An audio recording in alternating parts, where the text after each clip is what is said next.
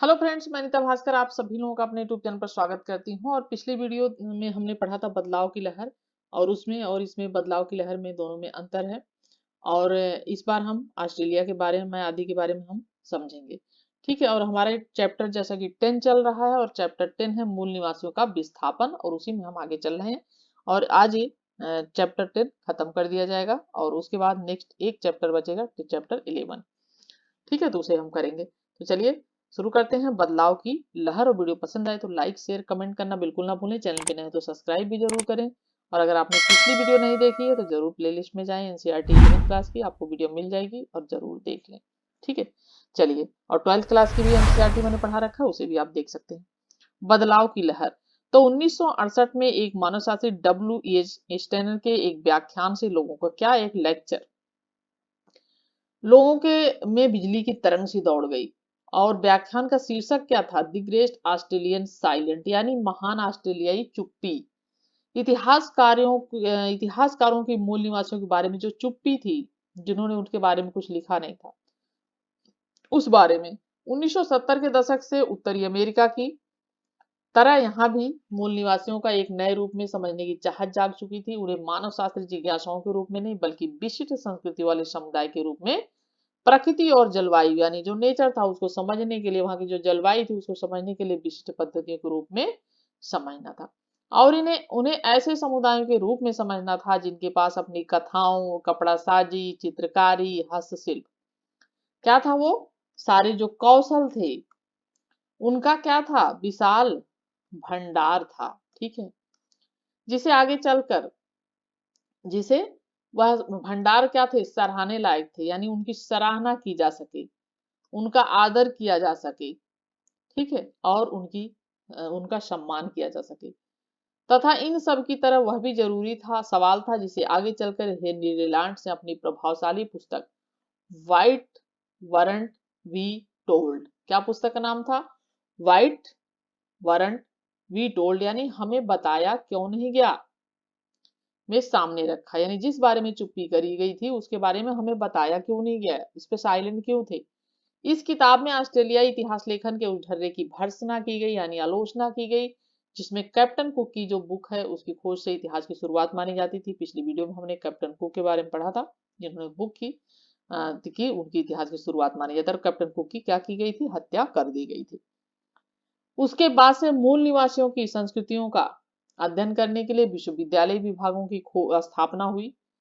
कला दीर्घाओं, जो art galleries थी, ऐसी कलाओं की दरगाहें शामिल की गई। देवी देसी संस्कृति को समझने वाले कल्पनाशील तरीके से सज्जित कमरों के लिए संग्रहालयों में जगह बनाई गई। और जो मूल निवासी थे उन्होंने अपने जीवन इतिहासों के क्या किया? लिखना शुरू कर दिया।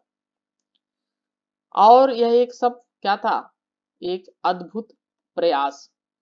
और यह प्रयास समय रहते शुरू हो गया था। अगर मूल निवासियों की संस्कृतियों की अनदेखी काफी टाइम तक जारी रहती, यानी बदस्तूर जारी रहती, तो इस समय तक उनका काफी कुछ विस्मृति, यानी लोग भूल गए होते कि उनके साथ हुआ क्या था।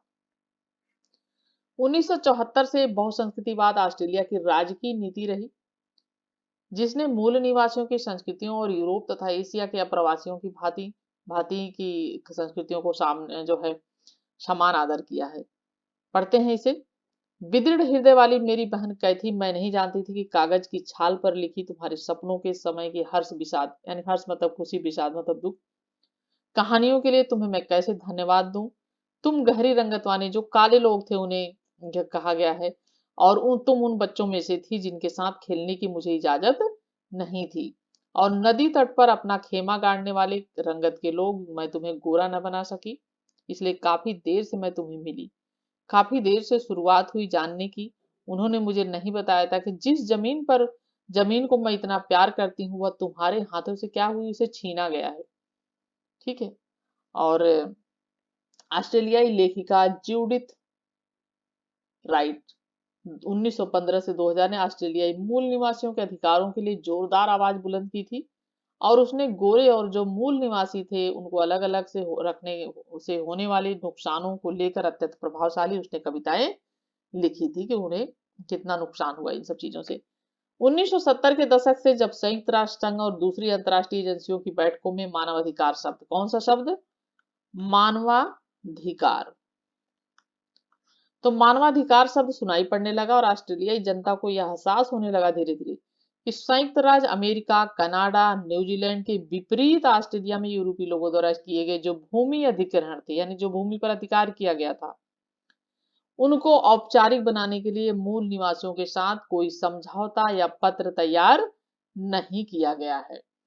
यानी उन पर अधिकार कर लिया गया, लेकिन उसके लिए कोई पत्र या समझौता नहीं किया गया। सरकार हमेशा से ऑस्ट्रेलिया की जमीन को टेरा, ठीक है, टेरा न्यूलियस, टेरा न्यूलियस, ठीक है, कहती आई थी। क्या कहती थी? टेरा न्यूलियस, जो है टेरा न्यूलियस, ठीक है। और इसका मतलब क्या था? इसका मतलब था कि जो जो किसी का नहीं है, यानी जो, ठीक है, जो किसी का नहीं है। इसके अलावा वहां अपने आदिवासी रिश्तेदारों से जो छीने गए मिश्रित रक्त वाले थे, मिले जुले मूल निवासी जो यूरोपी बच्चों का एक लंबा और जो है यंत्रतापूर्ण इतिहास, यानी दुखदपूर्ण इतिहास रहा। इन सवालों पर खड़े हुए आंदोलन के कारण तहकीकातें शुरू हुई, यानी जो ये सवाल थे उनके पास तहकीकात शुरू हुई, उनकी जांच पड़ताल शुरू हुई और दो महत्वपूर्ण निर्णय लिए गए।